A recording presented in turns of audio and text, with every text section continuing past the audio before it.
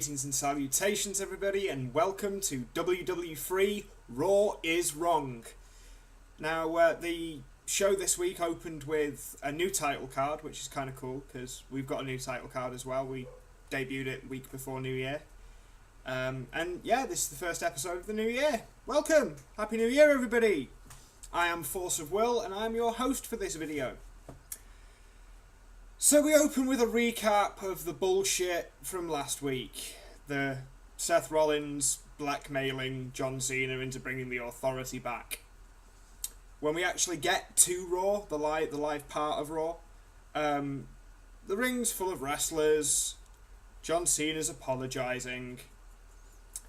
The Authority comes out and it's all smugness and, you know, Stephanie's going on and smarming it up about John having to go back on his word. You know, you've not just disappointed yourself in the locker room, you've disappointed all the fans. This bullshit, fucking guilt trip shite. How many times have they done storylines like this, especially with John? It's tired and it's old. Much like Triple H. But anyway, we get this, as the Authority's music hits, you know, like Triple H's old music or whatever the fuck it is, the camera flips to the audience, and I'm pretty sure people were either still taking their coats off or they were actively putting them on to leave. Which I don't blame them, because, you know, the Authority storyline is utterly bullshit anyway. We got tired of that crap last year. And now it's the new year and it's the same fucking storyline. All because, you know, Triple H wants to work up a match, work up to a match at WrestleMania with either that goof in the paint or the vigilante Sting. Which, to be honest, nobody wants to see that match. They're both old. And if, you know, Sting isn't coming out and beating Triple H to death with a fucking baseball bat, I'm not interested. But anyway, you know, when Steph comes out, she's almost garnering Vicky Guerrero magnitude heat, because she doesn't have to say anything. She just appears and everybody instantly is like, "Fuck off! Boo! You're a twat!" And it's great. It's great because, you know, you can't buy that kind of heat or that kind of hatred, and that should say a lot about what people think of the character of Stephanie McMahon. But anyway, you know, going on about what's best for business, like we haven't got tired of that as well. It's just reusing storylines from last year, and that's the problem with WWE. They have no fucking idea where they're gonna go. At the end of WrestleMania, that's it. They're like, shit. What have we got planned for next year? I don't know. We'll work it out at the Royal Rumble. You know, they should have like 3 or 4 WrestleManias planned by now, but they don't, because they figure, oh, you know. Excuse me. We'll just shovel the shit out to everybody, and because there is no other shit to eat, they'll eat our brand of shit. And it's great in the whole it's not great at all way, because you're all money grubbing cunts. But anyway, fucking, you get Go-Go Grease Ranger coming out. For anyone who doesn't know, that's what I call Seth Rollins, because of that huge Power Morpher buckle on his belt. And yeah, he does. He looks like a third-rate Power Ranger. It's ridiculous. He looks like one of the cheap Power Ranger figures that you could get when I was a kid, that were like knockoff Power Rangers, and they were like Power Force or some shit. That's what he reminds me of. He's a Power Force action figure. But yeah, he comes out and he's acting like Heath fucking Slater with his woo! Woo! I wish I was Ric Flair, but I'm not relevant enough. It's fucking ridiculous. So yeah, fucking Triple H comes out with this. By the way, Seth, you know, as a thank you for helping bring the Authority back to power, I'm going to put you in the title match at the Royal Rumble. And for about 10 seconds, Rollins looks like he shit himself. Literally looks like he's like actually shit himself, stood there. And then he's like, oh yeah, thank you. But just for that split second, he's like, fuck, I've got to wrestle Brock Lesnar. I'm an action figure. He'll break me in half like a cheap action man. You know, it's fucking ridiculous. You know, and Triple H giving it, you know, I saw the real you. You broke your promise because you know what's best for business and all this shit. And this Cena Appreciation Night crap, and we'll get to that because you know it's a bullshit storyline that nobody believes because nobody's. In fact, no, fuck it. We'll get to it now. This whole Cena Appreciation Night thing is basically the idea of punishing the members of Team Cena from Survivor Series and then firing them in front of Cena whilst holding a ticker tape parade for him. You know, like this fucking guilt trip bullshit, and you know, supposedly making him responsible for the firing of Dolph Ziggler, Eric Rowan, and Ryback. Now, I'm not arguing that certainly Ryback needs firing for real, not fucking storyline wise, but they're not fired. It's a crappy storyline that makes no fucking sense. You know, at the end of the day, it's still the Authority that's firing them. It's not John Cena. How is it John Cena's responsibility what the Authority does to another superstar? It makes no sense. It's shitty, lazy writing, which is, you know, we ended 2014 with shitty, lazy writing because it was the last episode of 2014. You'd think the first episode of fucking Raw of 2015 would be written a little better, but no! Shitty, boring matches. I was actually put to sleep by the 6-person tag match with Usos and the Uso wife and the Alicia Fox I think is her name. It's fucking Total Divas bait, and there was other Total Divas bait matches. And what did I tell you? What did I tell you, WWE? Keep your fucking Total Divas shit off my goddamn show, right? I don't watch that shit. Nobody watches that shit. Keep it off Raw. Leave it on Main Event, where it belongs. Right? Keep your bullshit off my show. Anyway. The whole John Cena Appreciation Night build-up shows like old classic moments from John's career, like when he first came out and fought Kurt Angle, and when he beat JBL at WrestleMania, and all these weird, you know, little bits, and then this fucking, you know, ticker tape guilt trip at the fucking end of the show, which takes up like 13.5 minutes total. And that was the other thing that fucking amazed me. You know, it was 14 minutes into the show. That's a quarter of an hour into the show before there was even a wrestling match. And that's like 15 minutes of your time and my time that WWE wasted setting up Cena Appreciation Night and Barrett versus Ziggler. And we'll get to that in a minute. There's this whole bit about everyone will get what they deserve, and it was supposed to be like this menacing line, and the crowd just went, pfft. Because that's how everybody feels. They saw this storyline all last year, and it's, you know, it was time for something new and interesting, except it wasn't. It was time for more shitty writing from WWE Creative. Fuck you guys, man!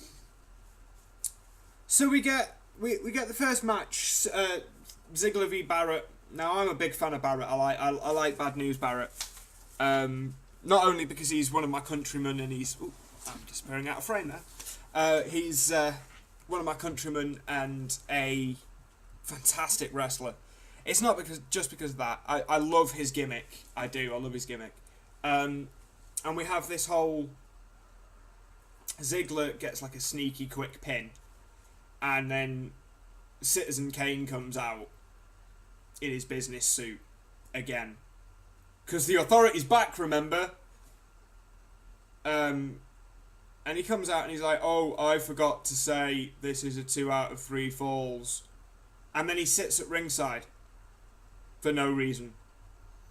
So yeah, in between the end of the first fall and Kane coming out, Barrett loses his shit and beats the living daylights out of Dolph Ziggler, bouncing him all over ringside, launching him across fucking the announce desk, and he beats 37 kinds of shit out of him. And then Kane comes down giving it's a 2 out of 3 falls. So, you know, obviously Barrett, who hits Wasteland for the first time in fucking ages. That's a fucking brutal move. I know, having, you know, fucked about wrestling with my friends before and having taken that move, it fucking hurts. And I've not seen that move for ages come from Barrett, because he's been using that whole bullhammer elbow thing. And quite frankly, I think Wasteland's a more impressive move. So yeah, he hits Wasteland, pins him. There's this whole bit. Oh yeah. Before I carry on talking about Ziggler, the fucking commentary team, because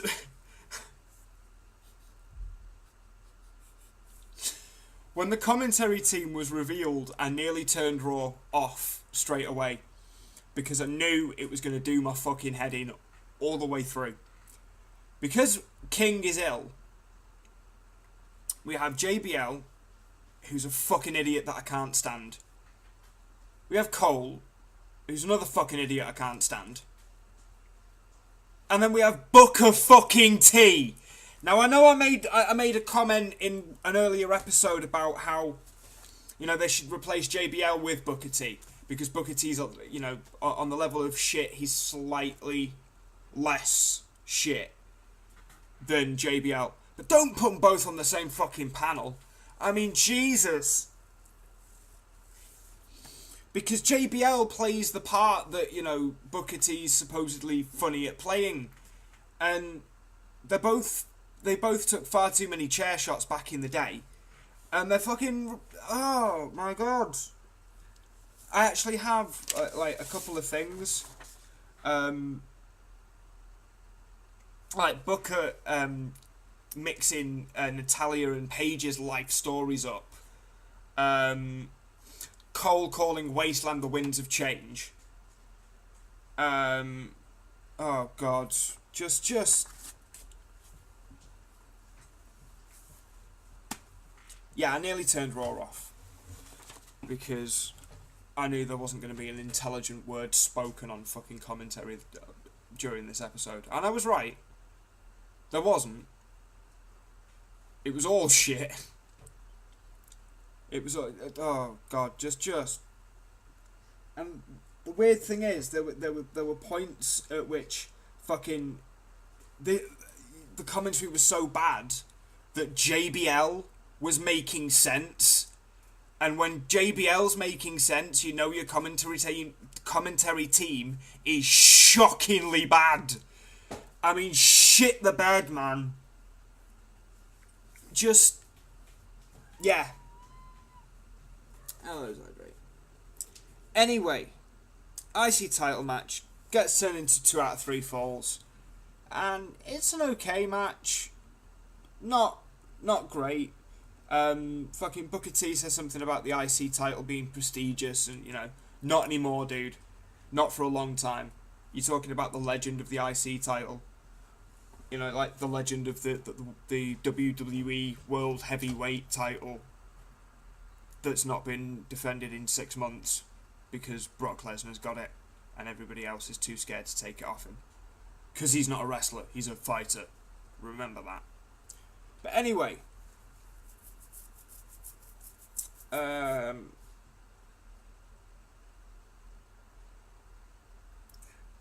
yeah, fucking the end of the Ziggler match. Ziggler super kicks, like Sweet Chin Music style, super kicks Kane in the face, and he falls off the apron, and then like 20 seconds later, after Barrett's beat him, Kane's in the ring, laughing. Like, that move is a finisher. Off the apron. And he's up 20 seconds later laughing about it. You're destroying the history and just shit again, shitty writing. The one cool part of that match was there was a brutal kick to like Ziggler's like chest area, where he got sort of stretched out in the corner by Barrett, and he just wellied right in the chest. That was an impressive move. It's a good move. And then we get to Crazy Bray talking about his supposed first ever ambulance match on Raw. It's not the first ever ambulance match on Raw. It's not. It's not.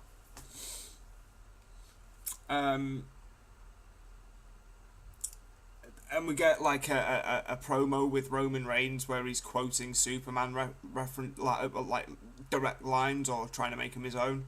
So I think he thinks he's Superman, and this leads JBL to make a comment about I think Big Show's got the kryptonite to the Superman punch, which has got to be one of the worst lines, and it's terrible. It's corny, shitty line writing. Which is why you don't let JBL on commentary. Because he was a wrestler. You don't let wrestlers on commentary unless they're CM Punk. And WWE went and fucked that right in the ass, didn't they? But yeah, you know, we're at the 37th minute of the show. And we get the second fucking match. We're like 40 minutes in. And there's been one match. And we get a match that's a minute and 55 seconds long, because I wrote down how long it was, right? And it was the Ascension fighting two nobodies from like local talent, and it was a squash match, and it was shit. And they had this shit promo at the start of the match about them being better than the fucking Road Warriors and shit like that. So throughout the minute and 55 seconds that their match lasted, the commentary team weren't commentating on the match. They were going, they're not as good as the Road Warriors. No, they're not as good as the Road Warriors. And I'm sat here going, yeah, I know they're not as good as the Road Warriors. Tell me something that I care about, not something that I already know. So yeah, a minute and 55 seconds. Great. And that's the point at which JBL was talking, saying, like, these guys suck. I was like, wow, I agree with him. You get fucking Lana and Rusev giving it about how Vladimir Putin should be ruling the world, and you've got a Bulgarian and somebody from California pretending to be Russian. Yeah, it's pathetic, it's childish, it's boring. You get third match, Roman Reigns fucking versus Big Show. I don't know what it is, because they like there's all the Superman references that Reigns did. There's a couple of Kryptonite references during the show, and I think it might be that WWE Creative are referencing comics because comics are better written. Even the shit that Linkara features is better written than this. And yeah, I'm talking like One More Day. But anyway, that's me referencing something that's better than me. You know, I can do it too, WWE. Yeah, Big Show gets DQ'd for lobbing the stairs at Roman Reigns. And then there's this whole bit where Roman Reigns spears the Big Show as the Big Show's about to launch the stairs. And even in the footage, as he drops them, you see him catch them and then place them on his head. It looked shit. And yeah, it's like nobody wants to see these guys fucking feuding. Put Roman Reigns against fucking Seth Rollins. That makes more sense. But anyway.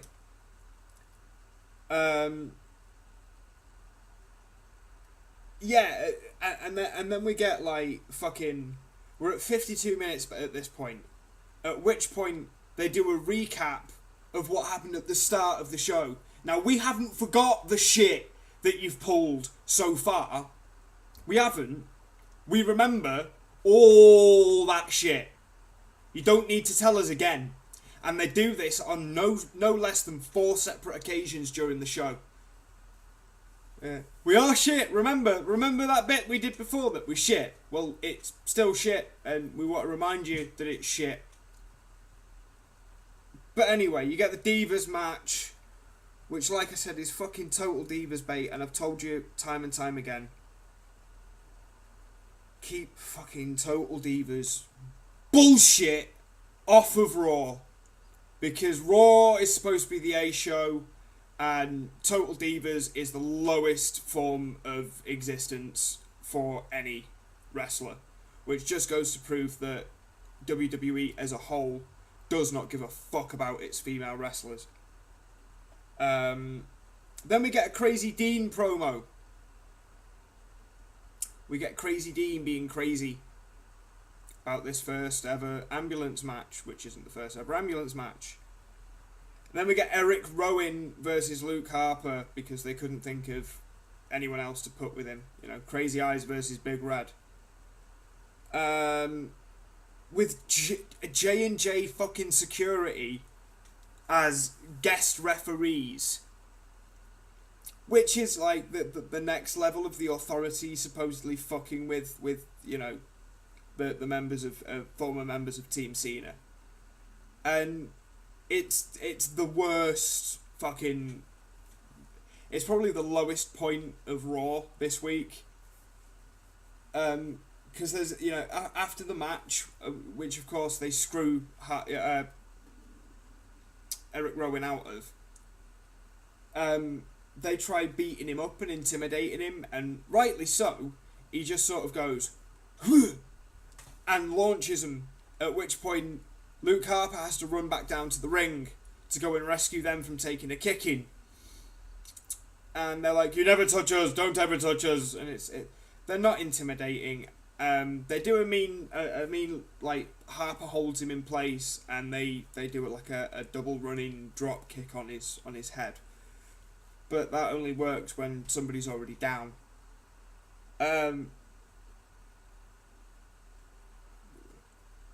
More bullshit diva stuff.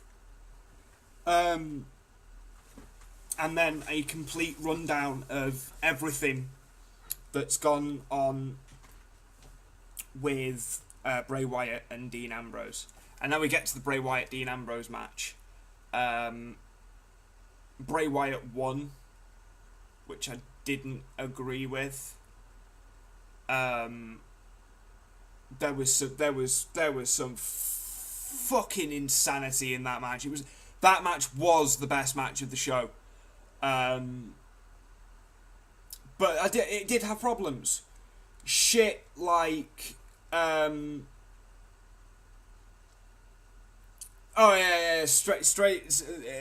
first fucking sort of thing that happened is Bray Wyatt gets launched at the announce team. Like, Dean Ambrose is like, you guys suck, and launches Crazy Bray Wyatt through the air at the announce team.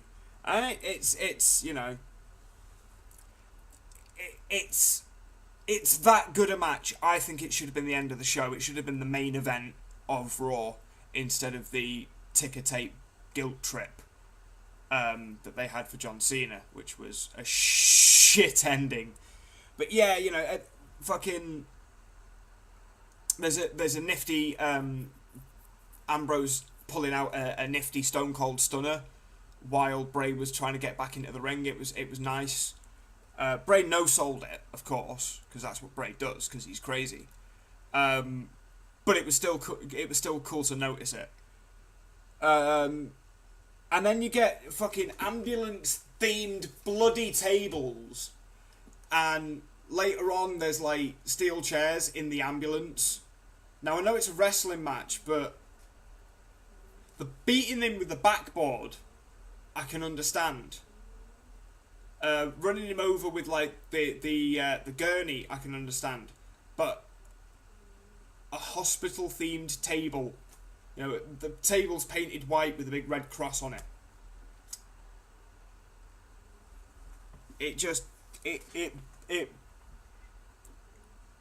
breaks the spell. Oh, I'm yawning a lot in this video, but I'll get to that because the six-person tag match, which is the next match, actually put me to sleep, literally knocked me out, made me fall asleep. Mostly because it's the Usos and Miz down there boring and shit, just totally shit. But yeah, the climax of the match, after an insane elbow off the top of the fucking ambulance by Dean Ambrose, I swear to God he's going to kill himself one of these days. You get two Sister Abigails, and Bray wins. So that's the end of that then, hopefully. And then we get the match that put me to sleep, legitimately. Like, I had to go and make a coffee and everything. I woke up just before the end of the ticker tape parade.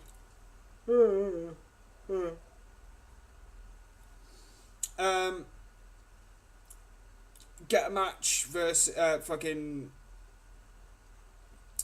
Ryback versus Power Rollins and Kane handicap match.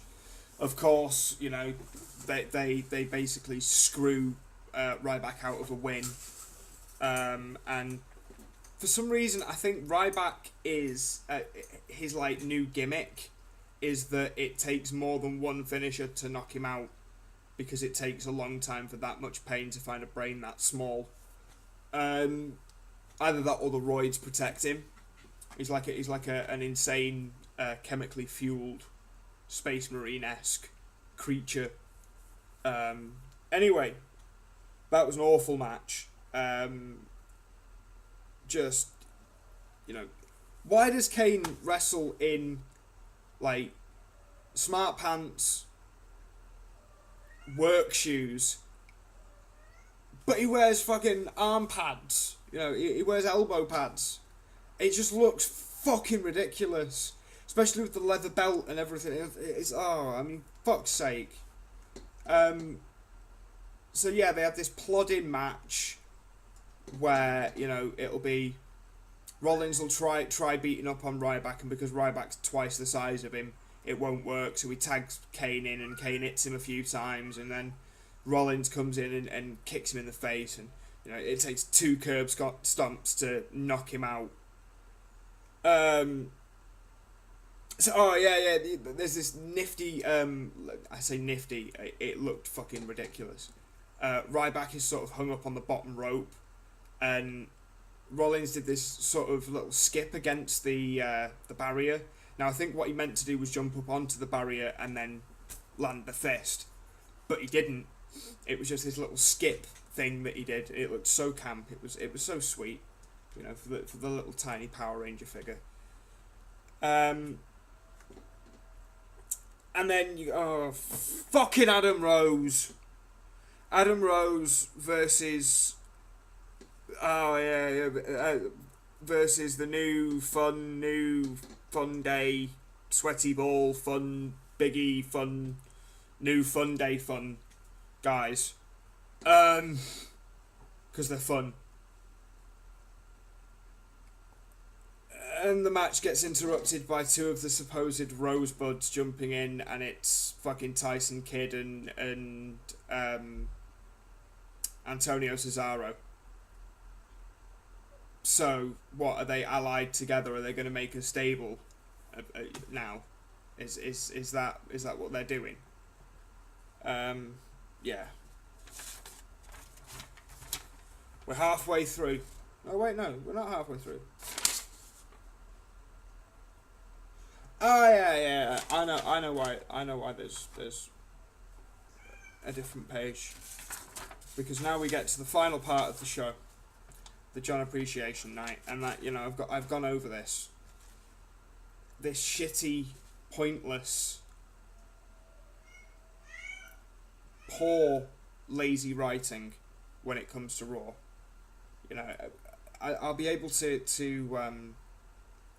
go into more detail later on this month, because I do live in the UK. I have to get the network, because I have some ideas of comparison shows that I'd like to do, just to highlight what I'm talking about. You know, the fact that, you know, 14, 15 years ago, the writing was so much better, and it wasn't because, you know, they took more risks in the ring. It wasn't because of, you know, oh, we could hit you in the head with a chair. It's got nothing to do with that.